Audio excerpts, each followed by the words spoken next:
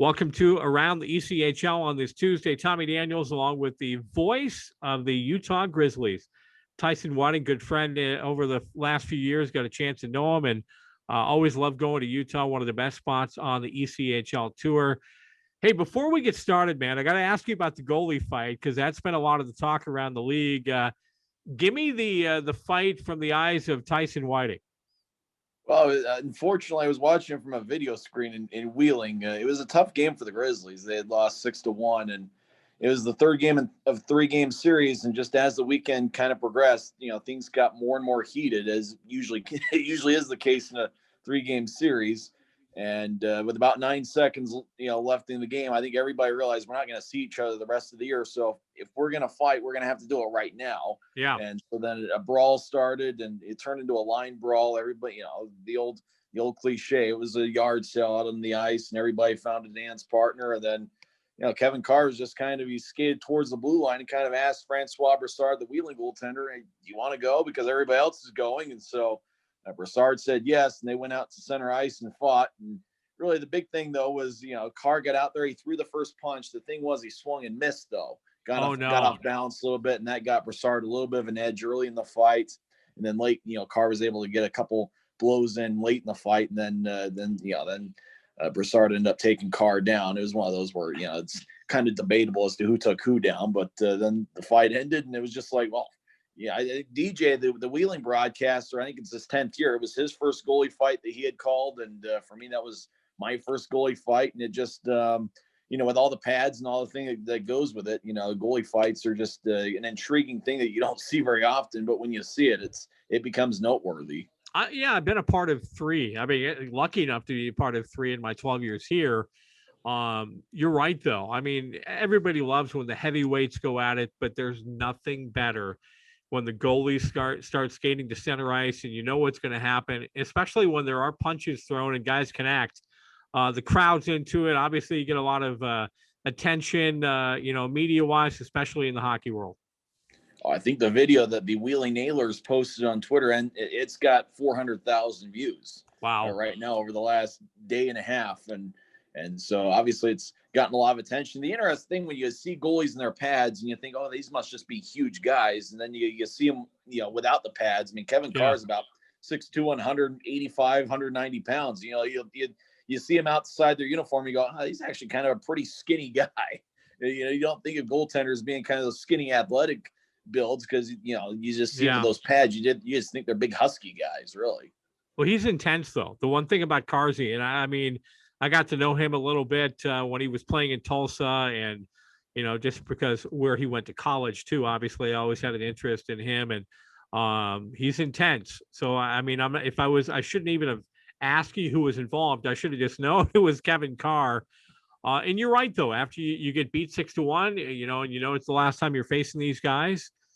Why not have a little fun at the end of the game? Yeah, why not? Especially since things were starting to get more and more chippy. The thing was, the Grizzlies came into the game; they were the least penalized team in the league, and right now, after Sunday's game, the Grizzlies became the 7th least penalized team in the league, as the Grizzlies had 67 penalty minutes and Wheeling had 81, and most of them came in the third period. And that's kind of just the way it was that day. But the thing is, you play 72 games in a regular season, you're going to get blown out a handful of times. It doesn't matter how good a team you are. It's just going to happen every now and then. Tyson Whiting, the voice. I was going to say the voice of the Utah Grizzlies, joining us here. Is it a bit bizarre when you look up at the standings, especially in the Western Conference, and you've got a team with 13 points in first place?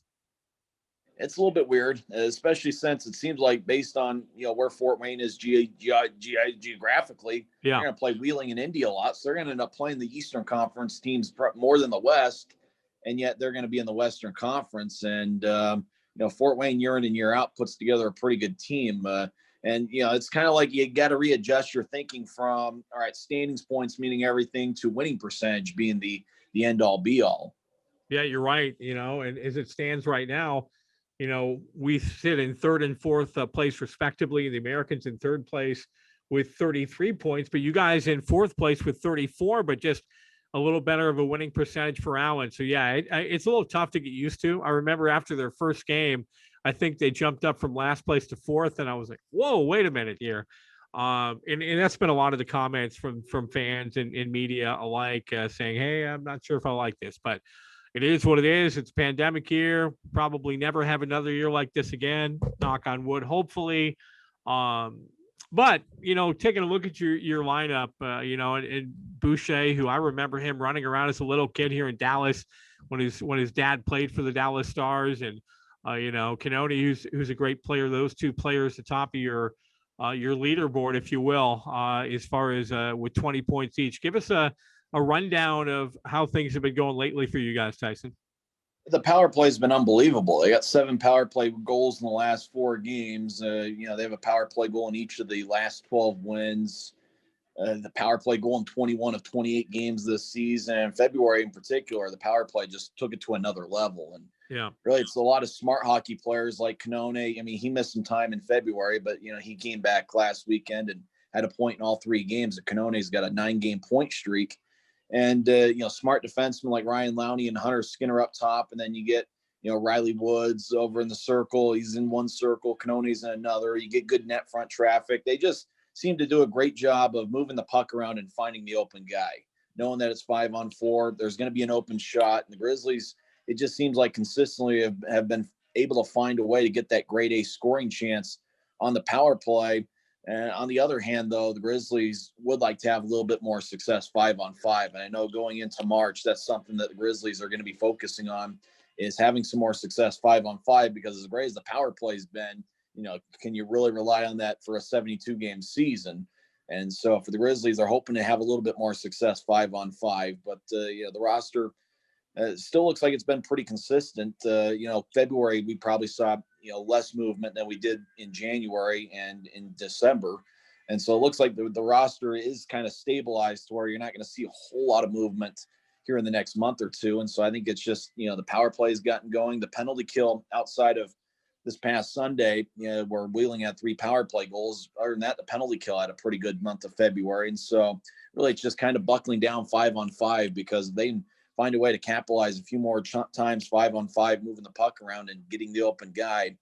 Grizzlies can find themselves right up there consistently in that top 4 spot. Maybe, I think maybe the big thing for a team like Utah and Allen here in March is to see if they can find a way to gain a little bit more ground from that 5th, 6th, and 7th spots, and just try to find a way to separate from the pack there. Well, and you talked about your power play going well, which doesn't bode well for us. We're next to last in the league in penalty kill, coming into the game tomorrow night. And really special teams was what did us in Greenville. The one game we gave up the shorty as well as the power play goal, and then they had 3 in the game after that. So, that's the one area. We've got guys that can put the puck in the net, and of course, it's been moving parts for us. We've been hit a little bit, by illness of late, and we, had 3 or 4 guys down, or actually 5 guys from San Jose that were in the lineup, in the last series. It was funny. I said to Les Lancaster, who's on a really good streak for us right now, I said, did you have one of those, hey, nice to meet you, or hey, how are you doing? With all the new players that we had in the lineup, it was funny. I think the first game we had 8 different names in the lineup from the previous game. That's a lot. Yet we played pretty well, with the exception of, like I said, a couple special teams goals, won that second game. And I guess if there's one positive on the American side of late, we went through a stretch there where, in our losing streak, we had lost 3 in a row. We scored 2 goals, 1 goal, at least in this series against Greenville, partly because of guys like Joseph Garefa coming back around and a few other names from the American Hockey League. We were back up to scoring what we kind of expect to score per game, 4 or 5 goals. So it should be interesting to see. And obviously, as you mentioned, one of the keys for the Americans in this 1-game series against Utah is got to slow down the power play. Yeah, the power play and special teams certainly going to be big. And you kind of look at, this being just one of 18 meetings this year between the Grizzlies and Americans. And so it's going to maybe be a little bit of a preview for the next homestand for the Grizzlies, which is March 12th, 13th, and 14th, a 3-game set over at Maverick Center. And so it's really one of those things where, every time you play the Americans, you're probably going to have to score 4 or 5 goals. And, you just, and that's where I think the Grizzlies know that they can get the advantage on the special teams a little bit, but that's where the coach's focus coming into March is kind of making sure that they buckle it down 5-on-5 and hope to. I think really short term, just kind of hope to bounce back from that Wheeling series, and I really think for the Grizzlies, it's just it's going to be an interesting month of March because from now on, it's going to be all conference opponents. So Yeah. the interesting thing for the Grizzlies, the only 3 non-conference games, like 3 games against the East, was this last weekend against Wheeling. Other than that, we played Allen 18 times, Rapid City 16, and then a bunch of Tulsa, Wichita, and Kansas City down the stretch. Isn't it interesting too that you play more games against Allen than Rapid City? 18 against the Americans, obviously, much further travel. And I know this is just one of those years where you try to make the schedule out in balance as much as you can. Now, here's something crazy: we still have a long way to go. We do not go back to Wichita again this year. That's kind of weird. And Wichita doesn't come back to Utah. They were here for a 3-game series in February, and the Grizzlies will visit them 6 times, including 2 times later this week. But Wichita is only here once, and you think about it's probably about the same travel from Kansas to Texas, and probably from Salt Lake City to Wichita is probably even closer than it would be to Allen. And obviously, the airport in Wichita is maybe a little bit closer than going to the Dallas airport than driving a half hour over to Allen. So it is weird that Wichita is only here once this year, and we have to play them 6 times over there. Well, I know it's, again, we've continued to call these games from the road. I don't know if you ever get used to it. Are you starting to kind of get used to broadcasting from your office as opposed to being there and hearing the roar of the crowd and just the environment around in an arena, as opposed to sitting in an office where you're staring basically at a monitor and 4 walls? Yeah, it can be tough, especially since most of them are night games, so the office is empty. Yeah. There's nobody there except for me, and I think that's part of what makes hockey so much fun to watch in person, and maybe what makes it a little bit tough to kind of replicate on TV is just that atmosphere of being there. There's so many details to a hockey game that it's impossible to catch all of them on a video screen, and it's such an emotional game as hockey, and so I think that it's tough to kind of catch that emotion when you're watching from a screen halfway across the country. And so even though it is something that you get used to a little bit, you really have no choice in that but to get used to it. But when it comes down to it, hockey, I think that's part of what makes it so much fun in person, but it also kind of is what, the sport is kind of having a tough time trying to kind of duplicate on TV, is that sort of atmosphere, that sort of intensity and emotion. Well, you see the picture behind me. I'm hoping we get back to that point someday when we have a packed house, and definitely I know your building is one of those places when you go, and especially on a Saturday night, it can be just such a great environment, and you got the best view in the entire ECHL there, Tyson. I mean, I love driving around Utah. I went up into the mountains this last time when I was there and just kind of looked around and thought, man, what a great place to be every day. So consider yourself lucky, my friend. You got one of the best jobs in the league, best jobs in hockey. Oh, we need to get some mountains over in Allen, Texas. We need to build some if we have to over there. I can tell you right now, if you like flatland, this is the place to come to. Although DFW is a great place to live. I mean, so much to do, with all the professional sports teams in the area. So I guess what I have in entertainment, you have in beauty there with the beautiful mountains there in Salt Lake City, West Valley City, where the Utah Grizzlies play, and to look forward to coming back there again, hopefully maybe in the playoffs. Hope so. Hey, you never know. I mean, right now, Allen's in 3rd, Utah's in 4th, but the way things could shape up over the next 2 or 3 months, it could be a playoff series between Utah and Allen. And, with the Western Conference, I think the big thing is Wichita. I mean, we'll see him this weekend. It looks like Bruce Ramsey, the Wichita coach, has done an outstanding job. I think Anthony Beauregard's got a point in 14 of 15, something like that. He's been amazing.